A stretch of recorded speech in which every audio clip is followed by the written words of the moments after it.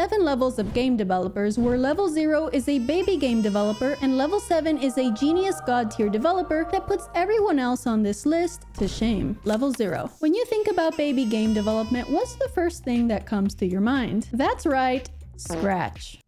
Oh, not this kind. Scratch is a gamified version of game development originally made by the smarty pants at MIT for children to start learning programming. It works by dragging and dropping blocks in a certain order and crossing your fingers and hoping it works. Also known as visual programming.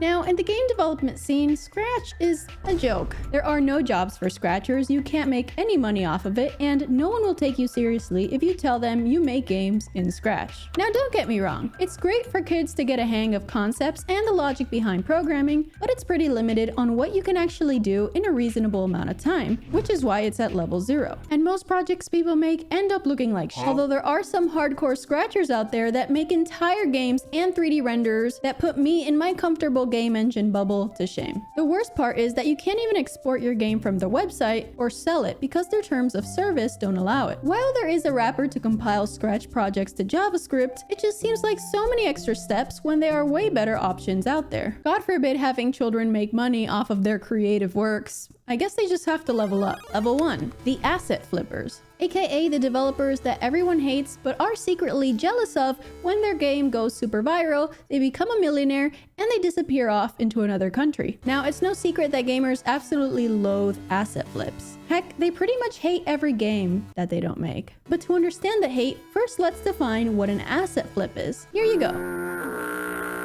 It's a dumpster fire of random 3D models slapped together without a care in the world. The most famous example in recent years is Only Up, where the developer made millions by allegedly pirating assets, smashing them together, and then using the project to promote an NFT. Truly an example. And don't even get me started on those hyper-casual mobile games that are all the same and are brain-numbingly void of creative ambition also fall into this category. To make an asset flip, you only need very basic skills in a game engine and ideally a wallet to purchase pretty much every art or mechanic that your game needs. Or you just have to have the nerve to steal an existing template and upload it without any changes whatsoever. You can see why they aren't very well liked and why they're at the bottom of the game developer food chain. But can the next level redeem the bottom feeders? Level 2. Now we start to require some skills. Here we have the developers that want to provide more meaningful experiences for the players, but also tend to overestimate their abilities because of the privileges they're given. So who are these developers?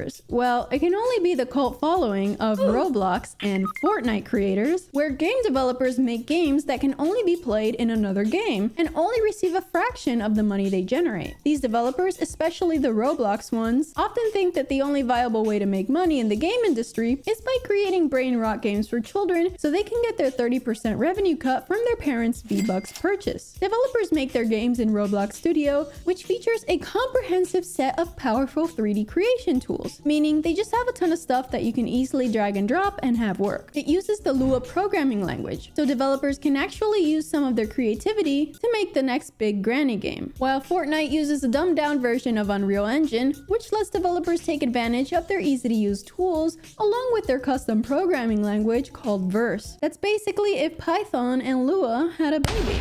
Mwah. Their revenue is different from Roblox's though. They distribute 40% of their revenue from Fortnite's shops and purchases to creators of eligible islands, whatever that means. In all seriousness, there are some really talented Roblox and Fortnite creators out there which deserve a lot of credit. But now it's time to spread our little game developer wings and evolve into level 3. The game engine users, where the majority of game developers lie. These developers detach themselves from software that want to steal your hard-earned money and low-effort slops, and start to vouch for their freedom. It's a tier that starts to demand specialized knowledge. A place where game developers will pick a game engine, usually either Unity, Godot, or Unreal, be introduced to object-oriented programming and more complicated concepts like physics or AI, not the generative one, and will have to learn the engine's ins and outs to properly finish a project. There's also now some proper job opportunities where you can earn money for your knowledge, which separates these game developers from the tier below them. However, we're still only on level 3, so there has to be some cash here. And indeed, most of these developers spend their time stuck in tutorial hell,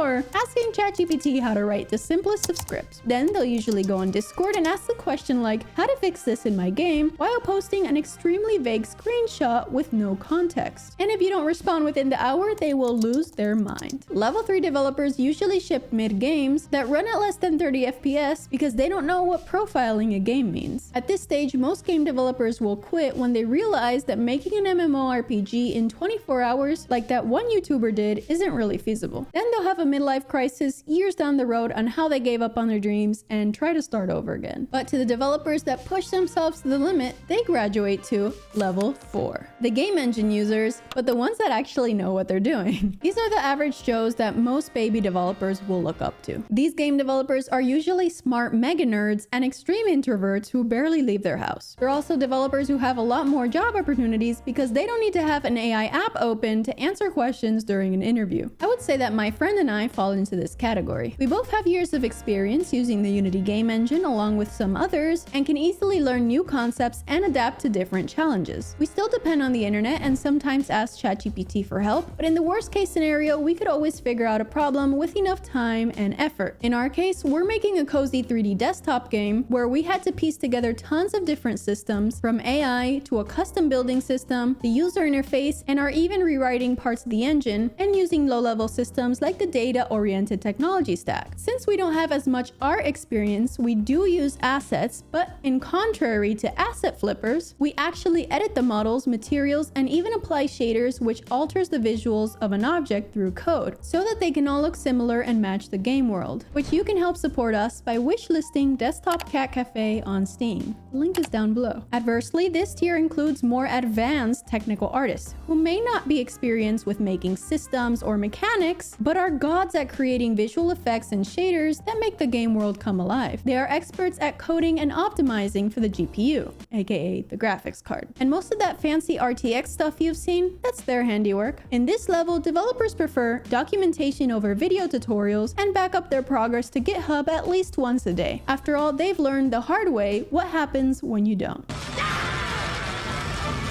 These developers also deal with the headaches of cross-platform development and will usually have a ton of controllers or systems sitting around to make sure their game works on each one. They also all wear glasses. Level 5. AAA. These game developers work in industry for top companies such as Naughty Dog, Sony, and EA. They are extremely skilled in their respective craft, and it shows by how much overtime they work without getting paid. They're usually extremely stressed, always fearful about their job security, and wondering if following their passion for video games was worth it in the end. A bit depressing, really. To get into a AAA studio like Naughty Dog, you need to have a very impressive portfolio of projects, demonstrate top-tier knowledge in programming and C++, the grandfather of game development languages, and be able to work in custom engines where you need to solve issues quickly, even when nobody in the company knows the answer. These game developers actually have to socialize and collaborate with others. Couldn't be me. So this tier is absolutely ruthless and is only reserved for the mega nerds whose inner child dreams keep them alive. But what type of game developer surpasses even a AAA level? Level 6, the person of many hats. AKA that one guy or gal that's pretty much talented at everything they do and is a source of inspiration for many. Unlike AAA developers, these creators need complete creative control and are driven by a mission that keeps them going through years of solitude. A few game choices will explain this better. Stardew Valley was created by one developer over 4.5 years. He was the sole designer, programmer, artist, and composer for the game. The game sold 1 million copies in the first 2 months of its release. Another example is Notch, the creator of Minecraft. Not only did he come up with an incredibly original idea at the time, but he also made the whole game by himself, apart from some of the music, before it became mega popular. The developers in this tier can be considered prodigies and usually have very unique ideas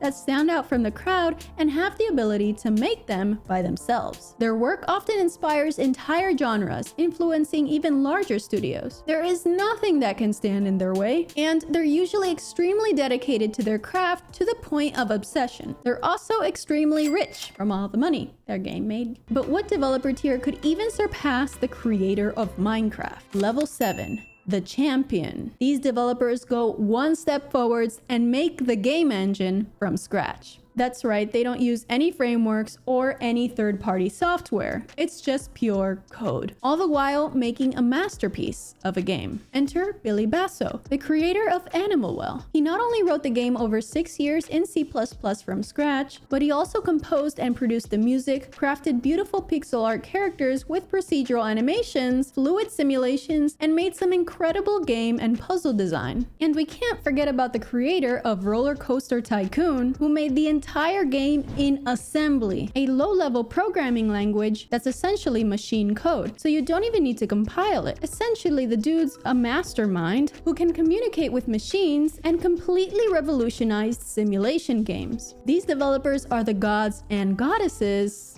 although it's mostly gods because there's not really much women in this tier, of game development, respected and admired by all and seen as some untouchable dream. These developers are usually the most introverted people that you'll meet, if you even meet them, because they barely leave their house. You think a custom C++ engine is gonna write itself?